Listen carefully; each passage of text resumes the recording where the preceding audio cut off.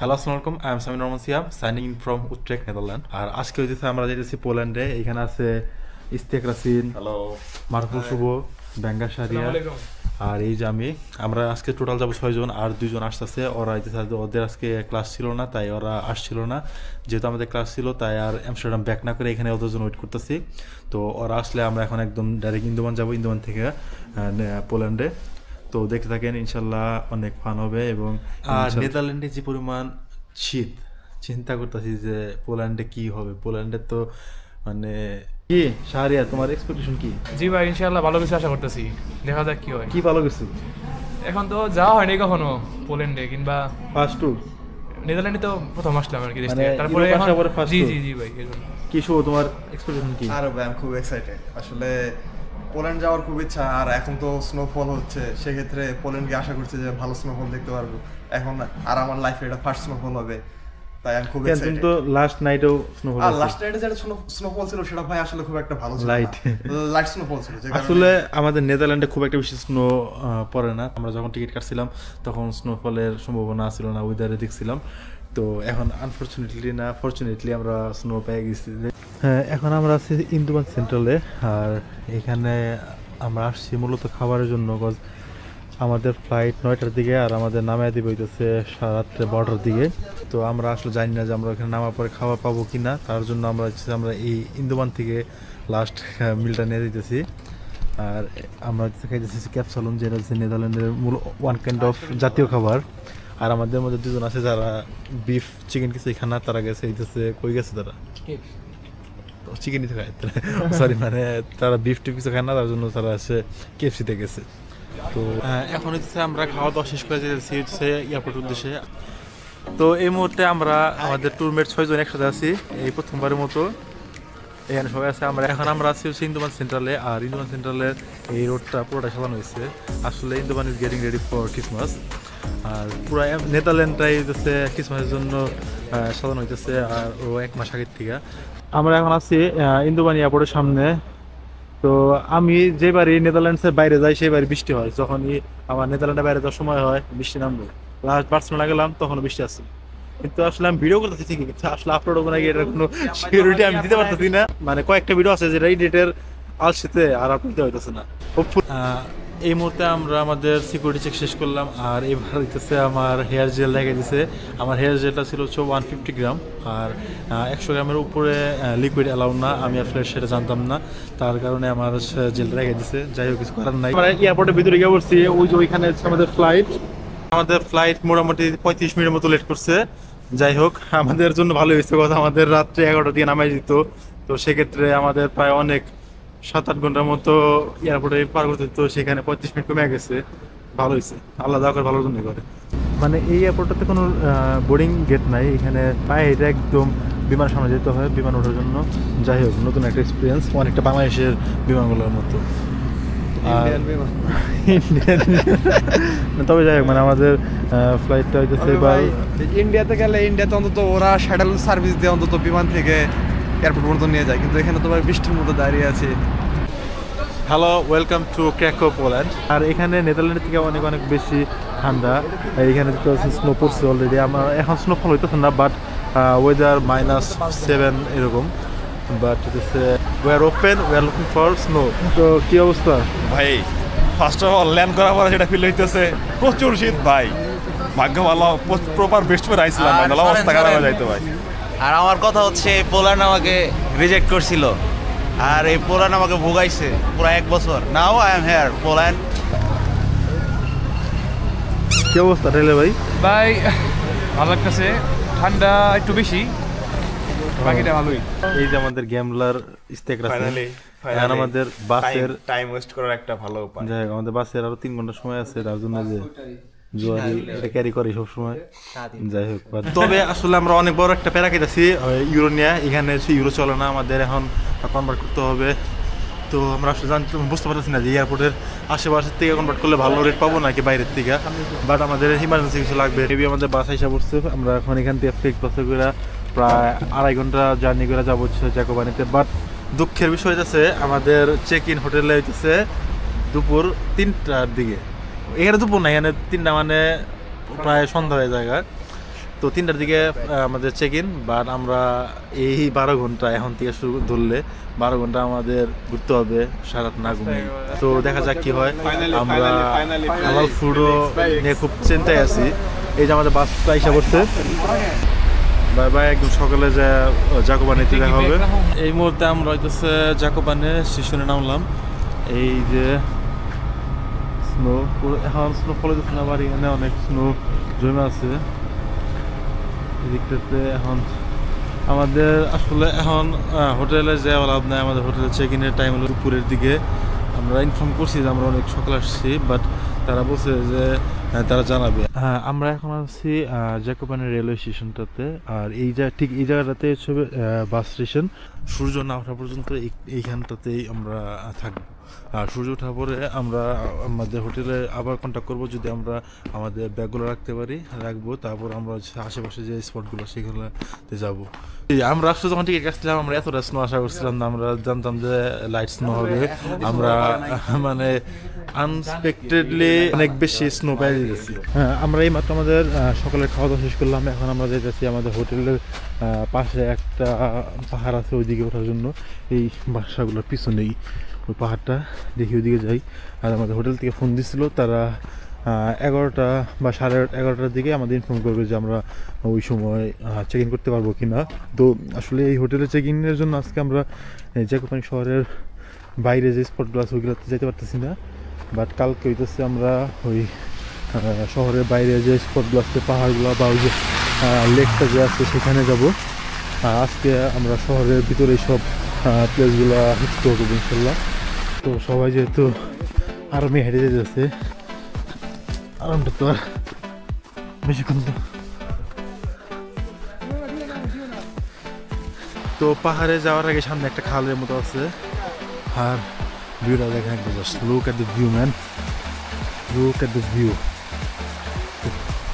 এইগুলো সব কিছুরই একটা সিনেমেটিক টাইপের ভিডিও শেষের দিকে আসবে, একটা এরিয়াল শট আসবে এবং সাথে সিনেমেটিক কিছু ভিউ আসবে। এখন একটা জায়গা আছে, এটা মোস্ট প্রবলি একটা পার্ক ছিল, বাট এখন স্নোর কারণে এখানে কিছু বোঝা যাচ্ছে না।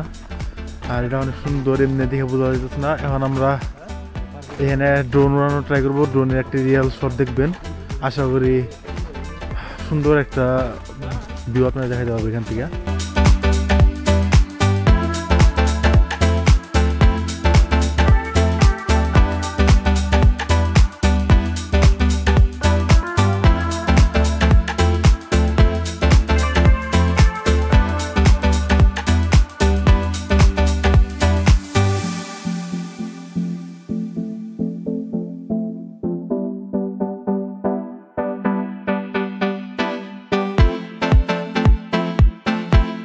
কথা বলতে আসলে কষ্ট হচ্ছে এখন, মানে উপর উঠতেছি তো, আর একটু কথা বলতে কষ্ট হচ্ছে, মানে মেবি একটু অক্সিজেনের ঘাটতি লাগতেছে।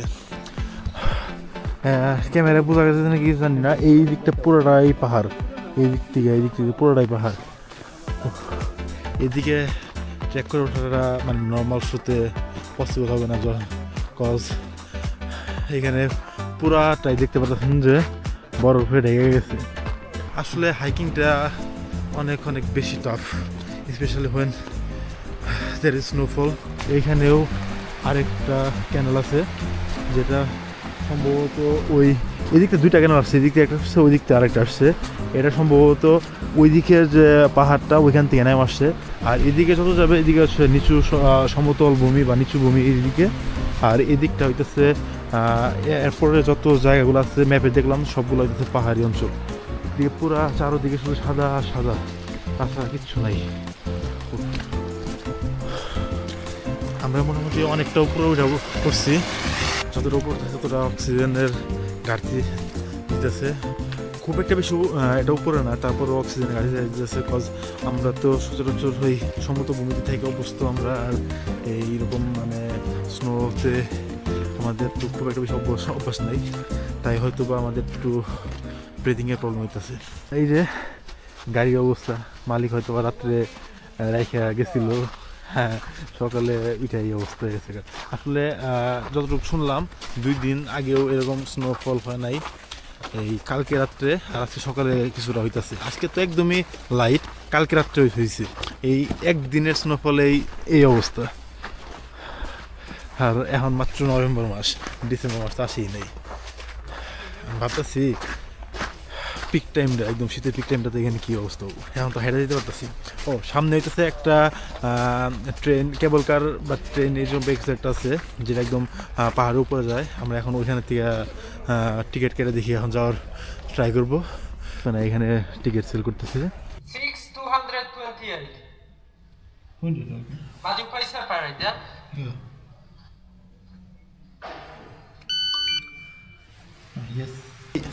এই মুহূর্তে টিকিটটা নিলাম। টিকিটের প্রাইস হচ্ছে নর্মাল হচ্ছে 38.50 সেন্ট না জলতি। আর স্টুডেন্ট ডিসকাউন্ট, যদি পোল্যান্ডের কোনো স্টুডেন্ট হয়ে থাকে তাদের জন্য মেবি 30% মতো ডিসকাউন্ট আছে। বাট ইউরোপের অন্যান্য কান্ট্রির স্টুডেন্টের জন্য কোনো ডিসকাউন্ট নাই। But somehow we get some discount. সুইজারল্যান্ডে এরকম একটা ট্রেন সার্ভিস আছে যেটা একদম পাহাড়ের উপরে যায়। আর আজকে যে ওয়েদার একদম স্নো দেওয়া ভর্তি, it will be memorable ride for me or as well my friends. আমরা ট্রেনে উঠে পড়ছি, সুন্দর একটা সিটে বসছি যেখান থেকে আমরা মেবি অনেক সুন্দর কিছু ভিউ আপনি দেখাতে পারবো। তো দেখতে থাকেন। আমরা এই যে আমাদের জার্নি স্টার্ট হইল এখান থেকে।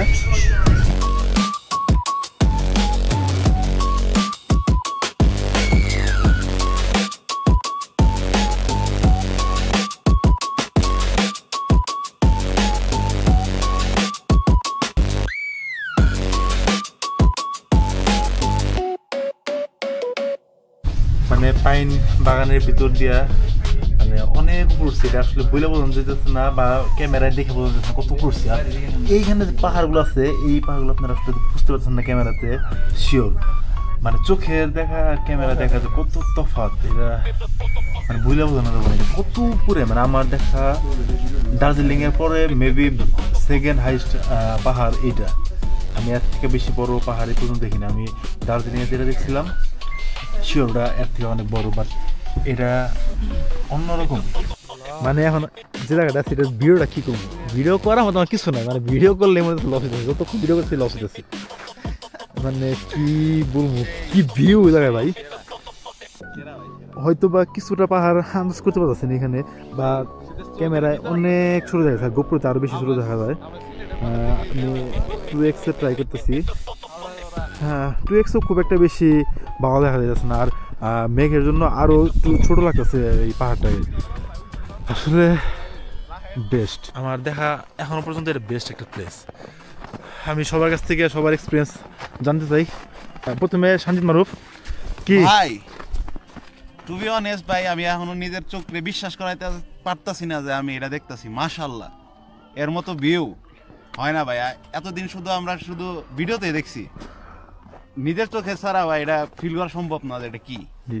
আর ইম্পসিবল। পোল্যান্ডটা মোটামুটি অন্যান্য ইউরোপিয়ান কান্ট্রি থেকে একটু চিপ আছে, বিকজ আমরা যে রাইডটাতে আসছি মানে আমাদের ইউরোতে কনভার্ট করলে সর্বোচ্চ কত আপস এন্ড ডাউনে 7 থেকে 8 ইউরোর মতো, যেটা আমাদের ইউনিভার্সিটির 10 কস্টের থেকেও কম। আমাদের ইউনিভার্সিটি 10 কস্টের হাফের থেকেও কম।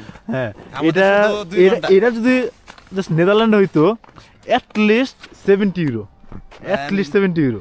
Dutch is Dutch. তো রাহাত কি অবস্থা তোমার? অবস্থা তো আপনারা দেখতেই পাচ্ছেন যে ওয়েদার যে ভিউটা, এটা আসলে বলে বোঝানোর জন্য না, এটা কেউ ভাষায় প্রকাশ করে বোঝাইতে পারবে না যে এটা কীরকম। এটা অনুভব করার জন্য আপনাদেরকে অবশ্যই সচক্ষে জিনিসটা দেখতে হবে। এটাই মানে আসলে ক্যামেরাতে কখনো বোঝানো যাবে না। আরেকটা জিনিস কি, মানে আল্লাহ চাইছে তার জন্য আমরা এত সুন্দর একটা ভিউ পাইছি। আমরা আসতেছিলাম তো সামার টাইপের ওই রকম সময়ে, বাট আমরা এখন যে টিকিট কাটছিলাম আমাদের ওই প্ল্যানের সময়ও কিন্তু মানে আমরা জানতাম না যে স্নোফল হবে। বাট আর সবচেয়ে বড় কথা, একদিনের স্নোফলে কত বরফ জমে গেছে, মানে চিন্তা করা যায়। ইস্তিয়াক কি অবস্থা? ভাই কি আর বলবো ভাই, আসলে তুমি যেটা বারবার বলতেছো যে ক্যামেরায় আসলে সবকিছু দেখা যায় না, সবকিছু বোঝা যায় না ভাই। এত সুন্দর একটা ভিউ ভাই, মানে সোজা কথা ভাই, চোখের ব্যায়াম ভাই এই ভিউ দেখা ভাই। তো এই যে মারুফ তো পোল্যান্ড থেকে রিজেক্ট খাইছিল, যাই হোক পোল্যান্ড আসছে কিছু নিজের ভুলের জন্যই। কজ যার মাধ্যমে ফাইল প্রসেসিং করছিল সে ফাইল প্রসেসিং এর জানে না, যাই হোক, এই যে বেলজিয়াম মারুফু, তোমার কি এক্সপিরিয়েন্স? আসলে ভাই আল্লাহ তাআলার যে এই অপরূপ সৃষ্টি ভাই, এটা আসলে ঘুরে না দেখলে বোঝা যাবে না। আসলে আমাদের সবারই ঘোরা দরকার, নিজের স্বচক্ষে না দেখলে ভাই সব জিনিস আসলে বিশ্বাস করার মতো না। অল ক্রেডিট গোস টু আল্লাহ। এই যে আমাদের ব্যাঙ্গা শাহরিয়া, সে পুকি রেখে নেদারল্যান্ডে এখানে এসে উঠছে। তো কি অবস্থা ভাই? খুবই ভালো লাগছে আলহামদুলিল্লাহ। তুমি আসতে চাইছিল না আল্লাহ এই একটা মানুষ এত সুন্দর জায়গা বানাইছে ভাই, এটা মানে কি বলবো আর। এখন আল্লাহর কাছে শুকরিয়া ছাড়া কিছু করার নাই ভাই। এই একটা মানুষ সুবিধা মানে ভালোভাবে সুস্থভাবে আবার ফিরে যেতে পারি ইনশাআল্লাহ। আর যার ঘুরে দেওয়ার ইচ্ছা আছে পোল্যান্ড আসা দরকার ইনশাআল্লাহ, অবশ্যই আসা দরকার। আসলে পোল্যান্ড না, পুরো পৃথিবী ঘুরে দেখা দরকার। টাকা পয়সা আসবে যাবে, বাট মেমোরি একদিন বাইসা থাকবো না, আর একদিন হয়তো এই অবস্থা নাও থাকতে পারে, ওই সময় এগুলো স্মৃতি হয়ে থাকবে। তাই আমার কাছে মনে হয় যে ট্রাভেলের ক্ষেত্রে কখনো কার্পণ্য করা উচিত না, জীবনের এক্সপিরিয়েন্সটাই সব। আর ওরা তো খুব এনজয় করতেছে, আমি তো এই ভিডিও করার জন্য অনেক কিছুই স্কিপ করে যেতেছি, অনেক কিছুই আমার দেখা হইতেছে না, যাই একটু আমিও এনজয় করি। হয়তো বা সব কিছুই দেখানো সম্ভব হবে না, তারপরেও আমি আমার বেস্টটা ট্রাই করবো। আর আমি জানি আমার ভিডিও খুব একটা বেশি ভালো না, তারপরে আমি ট্রাই করতেছি যে একটু আপডেট করার জন্য। আর সত্য কথা বলতে আমি মানে প্রফেশনালি না, বাট আমি ভিডিওগুলো বানাইতেছি আমার মেমোরিজের জন্য। আমি চাই এই ভিডিওগুলো যেভাবেই হোক আমার কোনো না কোনো জায়গায়, ইউটিউবে হোক ফেসবুকে হোক, এটা থেকে যাক সারা জীবন। আর যখন আমি থাকবো না তখন ভিডিওগুলো থাকবে। এখান থেকে আসলে ড্রোন ফ্লাই করতে পারলে মানে আরও সুন্দর ভিউ পাওয়া যেত, বাট নিচে ড্রোন রয়েছিলাম তখন একটু মানে পুলিশ আসছিল, পুলিশ একটু মানে কিছু বলা নাই, তারপরেও মানে আসছিলো। আর আমি মনে করতেছি এখানে পুলিশ বা মিলিটারির কাছ থেকে অনুমতি না নেওয়ার ড্রোন না ভালো। যদি পুলিশ বা কারো পাই, অনুমতি নেওয়ার পরে ড্রোন উড়াবে এখান থেকে। এদিকে আল্লাহ এই জায়গাটা যত সুন্দর বানাইছে, আর আল্লাহ না জানি বেস্তরা কত সুন্দর বানাইছে।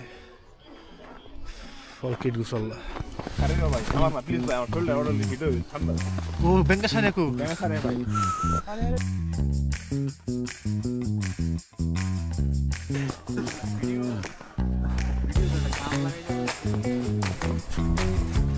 শ্যাম ভাই কই আসলা ভাই?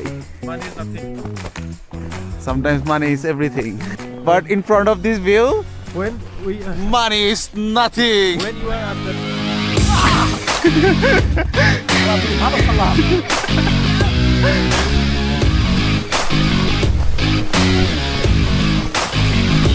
এই পর্যন্ত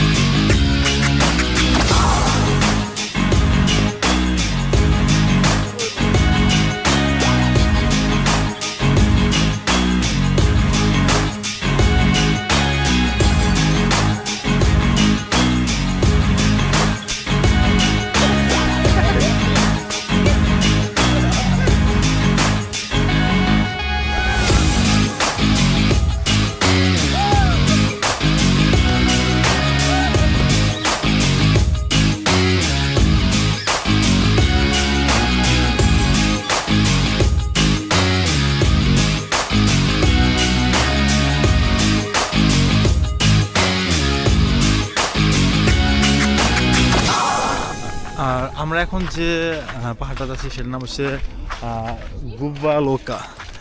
আসলে এই উচ্চারণগুলো অনেক টাফ এখানে, তাই মানে দেখে বলতে হইলো। আর এটা হচ্ছে সমুদ্র পৃষ্ঠ থেকে 1123 মিটার উপরে। আমরা একদম পাহাড়ের উপরে আসছি, এখানে ভিতরে মানে রাস্তা আছে। আর এটা যতটুকু মানে দেখতেছি বুঝতেছি, এটা দেখে আমাদের মানে সবারই সাজেকের কথা মনে করতেছে। সাজেকে মানে বাংলাদেশের সাজেকে যেরকম এই যে রাস্তা আছে, এরকম এই পাশ দিয়ে কটেজ বা রেস্টুরেন্টগুলো আছে, এখানে সেম। জাস্ট সাজেকে বরফ পড়ে না, এখানে বরফ পড়তেছে। আর এখন হঠাৎ করে মানে 2-3 মিনিটের মাঝে মানে এইখানে পুরো মেঘ দিয়ে ভরে গেল। এতক্ষণ এই জায়গায় পুরো মানে সানশাইন হয়েছিল এতক্ষণ, বাট হঠাৎ করে উইদিন 2 or 3 মিনিটস একদম মেঘে বেড়ে গেছে। এখন হচ্ছে আমরা আমাদের হোটেলে যাবো, হোটেলতে ফোন করছিল যে বললো এখন আমরা চেক ইন করতে পারবো যে কোনো সময়। তো যাই দেখি এখন হোটেলে ঢোকার পরে আর কি কি অ্যাক্টিভিটিস আছে। আজকে রাত্রে হয়তো আমরা বারবিকিউ করবো। ব্লগটা হচ্ছে 2 পার্টে আসবে, আজকে পর্যন্ত একটা পার্ট থাকবে, আর কালকে আর আমরা যে চলে যাবো ওই পর্যন্ত আরেকটা পার্ট। এখন হচ্ছে আমরা খাওয়া দাওয়া করে বেরোইলাম, এখন যেতেছি হচ্ছে চিকেন নেওয়ার জন্য বারবিকিউর। এদিকে আসলে হালাল চিকেন পাওয়াটা অনেক টাফ। দেখি সামনে বললো এই রেস্টুরেন্ট থেকে যেখানে হালাল চিকেন পাওয়া যেতে পারে, যে দেখি কী হয়। সবাই অনেক টায়ার্ড, তাই বাইরে আর আমাদের কোনো অ্যাক্টিভিটিস নাই। আমরা এখন হোটেলে চলে যাব এবং রাত্রে বারবিকিউ করব, এটা আজকের অ্যাক্টিভিটিস। আর হোটেলে যে দেখায় আপনার হোটেলটা আমাদের কীরকম হয়েছে, আমরা হোটেলটা অনেক কমে পাইছিলাম, এখন যাওয়ার পরে বুঝতে পারবো যে আসলে কত সুন্দর নাকি অর্থিত হয়েছে নাকি, এটা যাওয়ার পরে বুঝতে পারবো। ফাইনালি আমরা আমাদের এই হোটেলে চলে আসছি। ছবিতে যেরকম দেখছিলাম মোটামুটি ওরকমই আছে। এটা হচ্ছে আমাদের কটেজ, আর এখানে আমরা 2 দিন থাকবো, আগামী 2 দিন। ঢোকার পরেই প্রথমে বাম সাইড আছে আপনার ডাইনিং স্পেস, এইখানে কিচেন, এখানে সোফা, এখানে টিভির ব্যবস্থা আছে, আর সাথে নিচতলায় এখানে একটা বেলকনি আছে, যেখানে মোটামুটি 4 জন বা 6 জন বসতে পারবে। আর আমরা যেহেতু 6 জন, তো আমরা এখানে খুব ভালোভাবেই বসতে পারবো। আর বাইরের সাইডটাতে 2টা দোলনা আছে, যেটা হয়তো বা এই উইন্টারে খুব একটা বেশি কাজে দেবে না, বাট সামার আসলে এটা ভালোই কাজে দিত। পরে আছে আমাদের 2টা বেডরুম, আর নিচতলায় আরেকটা জিনিস দেখাতে ভুলে গেছি, সেটা হচ্ছে একটা টয়লেট। সেকেন্ড ফ্লোরে গেলে আমরা এখানে পাবো, সেকেন্ড ফ্লোরে সিঁড়িতে ওঠার পরপরই এই বাম সাইডে আছে একটা টয়লেট। এটা একটু বড় আছে, আর এটা দেখতে অনেক সুন্দর। এইখানে আছে আমাদের এখানে 2টা সিঙ্গেল বেড আছে, এইখানে একটা ক্লোজার আছে। আর এই রুমটা, এইটা হচ্ছে বড় রুম, যেখানে একটা ডাবল বেড আছে। আর এইখানের যে সবচেয়ে সুন্দর ভিউটা এইখানে এই জানালা থেকে পাওয়া যাবে, এখান থেকে মোটামুটি ভিউ আছে। প্রাইস অনুযায়ী এই রিসোর্টটা আমার কাছে উঠতে মনে হয়েছে। রিসোর্টটা 2 দিনের জন্য আমাদের কাছ থেকে নিচ্ছে 300 ইউরো, আর যেটা আমার কাছে রিজনেবল মনে হয়েছে। বাট 6 জনের জন্য এটা একটু ছোট হয়ে যায়, তারপরেও ঠিক আছে যদি তারা এক্সট্রা কোনো বেডের ব্যবস্থা করে দেয়। তাছাড়া মোটামুটি সবই ঠিক আছে। আমাদের 2 জন এখানে আছে, আমাদের রাহাত, তারপরে সঞ্জিত মারুফুল, আর 2 জন বাকি 2 জন ওরা এখনো আসতে পারে নাই। ওরা বাজারে গেছিল, এখন পর্যন্ত ওরা আসতে পারে না। এই আশেপাশে ভিউটা দেখলে বুঝতে পারবেন যে এটা কতটা কতটা নীরব। হোপফুলি এখানে রাতে একটা ভালো একটা ভাইস পাবো।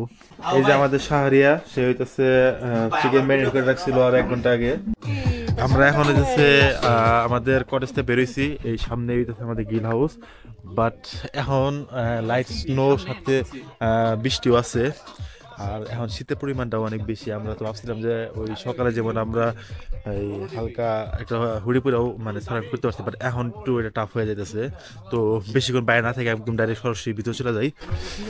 এই যে সামনে যে এই হাউসটা দেখতে দেখা যাচ্ছে, এটা হচ্ছে আমাদের গিল হাউস। যাই ভিতরে যাওয়ার পর দেখি। আর এটা হচ্ছে ওই গিল হাউসের ভিতরের দৃশ্য। এখানে সবকিছু এই রিসোর্টটা একটা বিশেষত্ব সবকিছু নিজেদের করতে হয়। ইভেন এখানে কোনো রিসিপশনও নাই যে আমাদের আমরা আসার পরে যে আমরা চাবি টাবি নেবো, সবকিছু আমাদের দেওয়া ছিল, আমাদের সিকিউরিটি করতে সব দেওয়া ছিল। আমরা এখানে আসার পরে কোনো একটা সিঙ্গেল পার্সন পাই নাই রিসোর্টের, এটা আমার কাছে ভালো লাগছে বিষয়টা। আর এখানে আমাদের মারুফুল শুভ আছে, এই যে আমাদের শেফ। তারপরে সব থেকে বেশি কাজ করতেছে রাহাত, এই আগুন ধরানোর পিছনে, আগুন বিশেষজ্ঞ। এই 3 জনে আজকে বারবিকিউর দায়িত্বে আছে। আর আমাদের মাঝখানে একজন হারানো গেছে, এখনো পর্যন্ত তার কোনো আমরা প্রায় 3-4 ঘন্টা। যদি চান তাহলে আমাদেরকে কমেন্ট করে জানান তার কি অবস্থা হইতে পারে, কি অবস্থা হয়েছে বা হবে। এই 2 ঘন্টা আগে একবার দেখছিলাম যে খালি গায়ে বেরিয়েছে, কিন্তু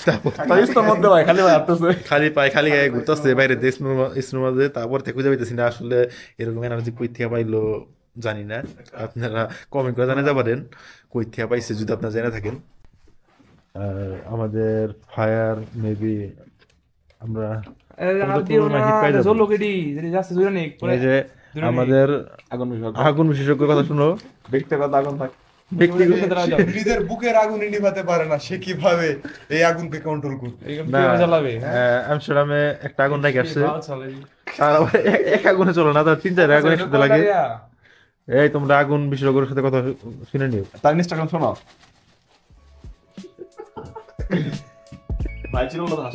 এই যে সে মুখ লাগাইতেছে, হাসির আলোরে মুখ লাগায়, কিন্তু সে যে কত বড় প্লেয়ার এটা আসলে আমরা আগে জানতাম না, এই আসার আগে জানলাম।